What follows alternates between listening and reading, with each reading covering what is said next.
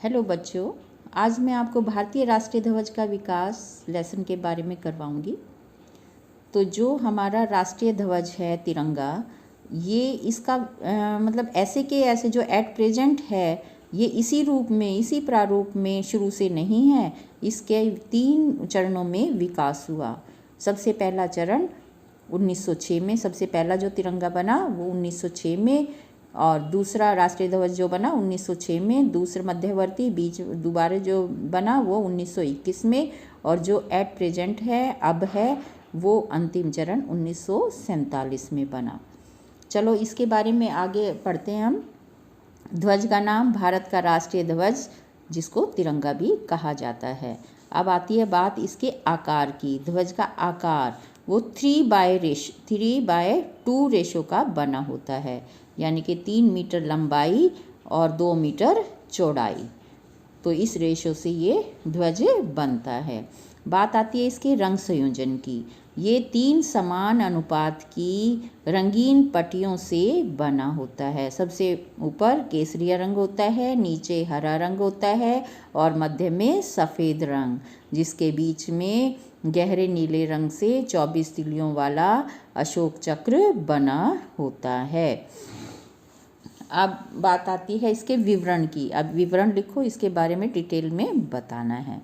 तो हम लिखेंगे भारत का राष्ट्रीय ध्वज 3 रंगों वाला तिरंगा भारत के लोगों का गौरव और उनकी अंतर्राष्ट्रीय पहचान का प्रतीक माना जाता है।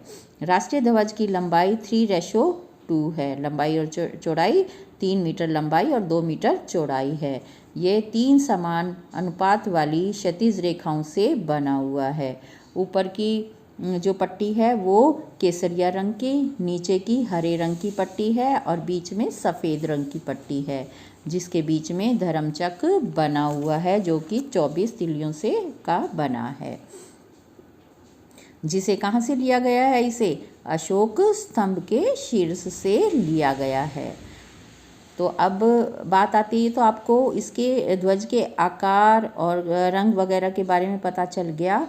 अब इसका इन रंगों यही रंग क्यों लिए गए, इनका प्रतीकात्मक अर्थ क्या है? जैसे ऊपर नारंगी रंग है, इसका क्या अर्थ है?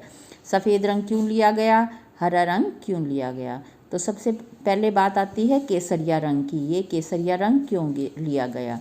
ये भारतीय केसरिया रंग का प्रतीकात्मक अर्थ है साहस और बलिदान। ये जो केसरिया रंग है साहस और बलिदान का प्रतीक है।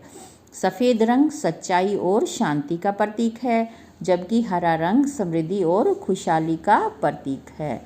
और इसी तरह जो ये 24 घंटे 24 ये जो लाइन दिखाई गई हैं, तिलियां दिखाई गई हैं धर्मचक्र में, तो ये 24 घंटे को बताती हैं।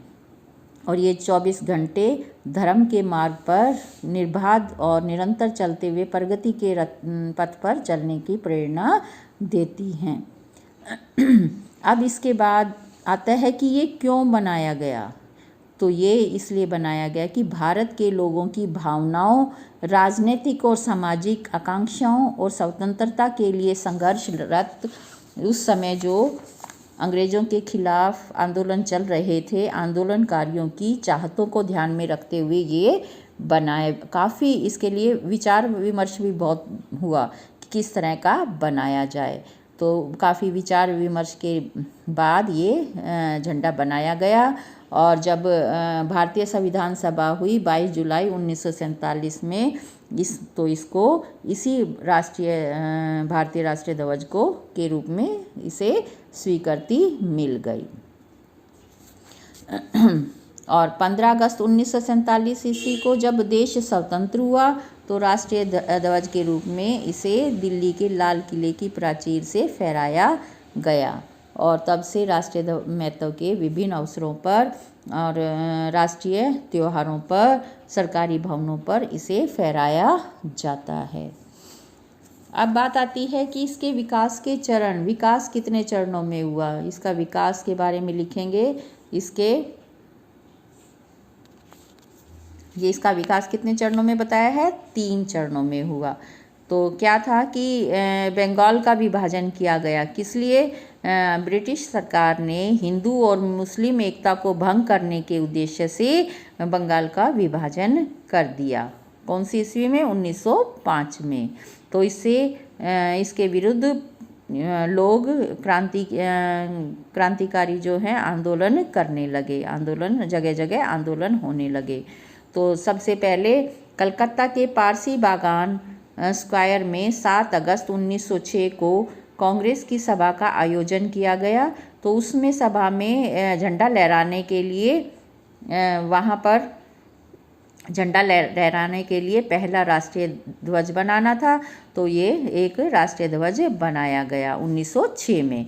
तो ये जो है ये भी 3 समान अनुपातिक पट्टियों से बनाया गया था, जिसके शीर्ष पर हरा रंग, नीचे लाल रंग, बीच में पीला रंग, और पीले रंग की पट्टी पर वंदे मातरम देवनागरी लिपि में लिखा हुआ है, और ऊपर कमल बने हुए हैं, और नीचे एक तरफ सूर्य और एक तरफ चांद और तारा बना हुआ है। यही इस ध्वज के बाद फिर दूसरा ध्वज बनाने की आवश्यकता महसूस हुई, तो इसको थोड़ा सा चेंज करना चाहा, और दूसरा ध्वज बना 1921 में। तो कब बना ये? जब भारतीय राष्ट्रीय कांग्रेस का अधिवेशन होना था विजयवाड़ा में। तो एक आंध्र प्रदेश के एक उत्साही युवक थे पिंगली वकैया, जिन्होंने एक ध्वज तैयार किया और उसे मोहनदास करमचंद गांधी को सौंपा, जिसमें दो लाइनें थी, एक हरी और एक लाल पट्टी, और बीच में गांधी जी का चक्र जो चरखा वो अंकित था। हरी पट्टी मुस्लिम समुदाय को प्रतिनिधित्व करती थी और लाल पट्टी हिंदुओं का प्रतिनिधित्व करती थी, लेकिन महात्मा गांधी ने उसमें कुछ चेंज करने के लिए कहा, और उसमें ध्वज के बीच में सफ़ेद पट्टी और नीले रंग से चरखा बनाने की सलाह दी। सफ़ेद पट्टी भारत में रह रहे अन्य समुदायों का प्रतिनिधित्व करती थी, जबकि चरखा उन्नति का द्योतक था। तो इसके बाद गांधी जी की स्वीकृति होने के बाद यह ध्वज भारतीय राष्ट्रीय कांग्रेस के विभिन्न अवसरों पर फहराया जाने लगा। उसके बाद फिर आगे मैंने आपको बताया ही है, ये राष्ट्रीय ध्वज जो दूसरा बना था ये तब तक बना रहा जब तक ये तीसरा इसका चरण का विकास नहीं हुआ। कब हुआ वो पहले मैंने आपको बता ही दिया कि ये 1947 22 जुलाई 1947 को जो एट प्रेजेंट जो आज तक लहराया जाता है राष्ट्रीय ध्वज, उसको स्वीकृति नहीं मिली। आशा करती हूँ बच्चों आपको ये लेसन समझ आ गया होगा, और इसको एक बार रीड करना 1-2 बार लेसन को बुक में से, और जो अगर कुछ समझ नहीं आता है तो क्यूरीज कमेंट में आप पूछ सकते हैं।